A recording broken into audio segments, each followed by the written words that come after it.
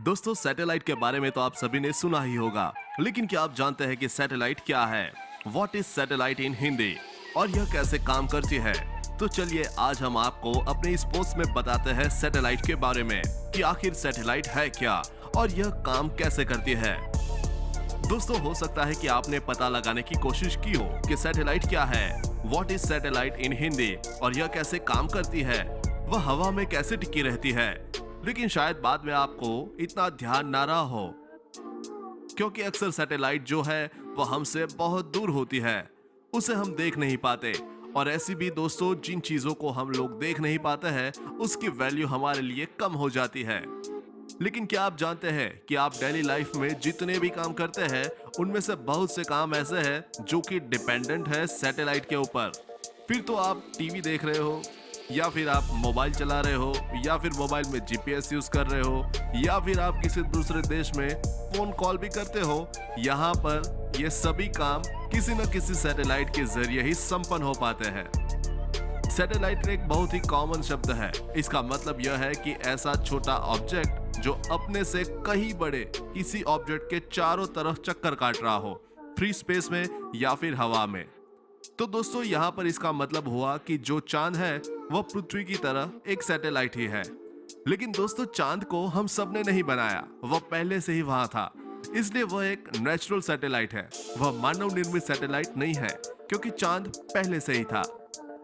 चलिए अब बात करते हैं मानव निर्मित सैटेलाइट के बारे में, जिसको कि मानव ने बनाया और फिर उसे अंतरिक्ष में छोड़ दिया गया। और फिर उस सैटेलाइट से हम जो भी काम करवाना चाहते हैं वह सैटेलाइट वही करती रहती है, वह हमारी मदद करती रहे। और दोस्तों सैटेलाइट एक छोटे से टीन के डिब्बे के बराबर भी हो सकती है और एक बड़ी ट्रक के जितनी बड़ी भी हो सकती है।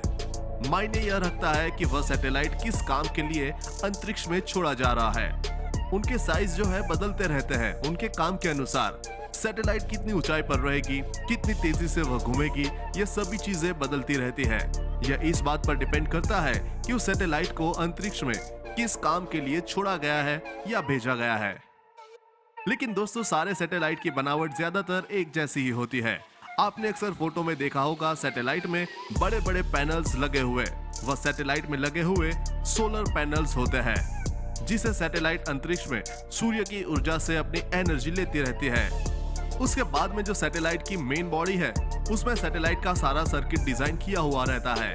उसके अलावा सैटेलाइट में ट्रांसमीटर लगे हुए होते हैं और रिसीवर भी लगे हुए होते हैं, जिससे कि सैटेलाइट किसी भी सिग्नल को रिसीव करते हैं और भेजते हैं। इसके अलावा सैटेलाइट में कुछ कंट्रोल मोटर भी लगी होती है, जिनकी मदद से हम सैटेलाइट को रिमोट से कंट्रोल कर सकते हैं। रिमोट की मदद से सैटेलाइट को थोड़ा बहुत एडजस्ट कर सकते हैं, जैसा कि उनका ऑर्बिट चेंज करना या फिर उनकी एंगल चेंज करना या फिर कनेक्टिविटी के प्रॉब्लम्स को सॉल्व करना।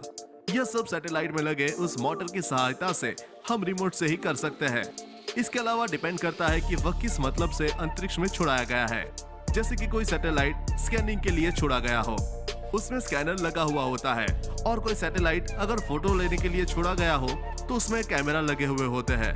पर यह सब निर्भर करता है कि सैटेलाइट किस काम के लिए अंतरिक्ष में छोड़ा गया है। लेकिन सैटेलाइट से जो मुख्य काम हम लोग लेते हैं वह है बातचीत, अर्थात कम्युनिकेशन के लिए। दोस्तों आप सभी जानते हैं कि पृथ्वी पर एक जगह से दूसरी जगह पर आप बात करना चाहते हैं तो आप रेडियो वेव सहायता से पूरी धरती को कवर नहीं कर सकते हैं, क्योंकि रेडियो वेव स्ट्रेट लाइन में ट्रेवल करेगी। या फिर आप यूज करते हैं ग्राउंड वेव तो वह धरती के साथ साथ जाएगी। लेकिन फिर भी सैटेलाइट की तुलना में इनकी कार्य क्षमता काफी कम होती है। तो दोस्तों कम्युनिकेशन में जब हम पृथ्वी के एक पॉइंट से सिग्नल सैटेलाइट को भेजते हैं तो सैटेलाइट उस सिग्नल को रिसीव करके पृथ्वी के दूसरे पॉइंट पर बड़ी आसानी से भेज देता है, जिसे कि हम लोग बड़ी आसानी से पृथ्वी पर एक जगह से दूसरी जगह बातचीत कर लेते हैं। इसके अलावा हम सैटेलाइट की मदद लेते हैं नेविगेशन के लिए या फिर इमेजिंग के लिए। तो दोस्तों यहाँ पर इसी बेसिस पर सैटेलाइट जो है वह हमारे लिए काम करती रहती है। लेकिन सबसे बड़ा सवाल कि सैटेलाइट हवा में टिकी कैसे रहती है। तो दोस्तों इसको लेकर बहुत ही सरल नियम है जो कि बनाया था जॉन गैपलर ने। और उन्होंने यह बताया था कि अगर किसी भी ऑब्जेक्ट को स्पेस में रहना हो और किसी और ऑब्जेक्ट के ऑर्बिट में चक्कर लगाना है, अगर वह एक फिक्स स्पीड पे फिक्स वेलोसिटी पे मूव करता है, तो अगर वह अपने फिक्स दूरी को तय करते रहता है तो ऐसे में वह टिका रहेगा अपनी उसी ऑर्बिट में।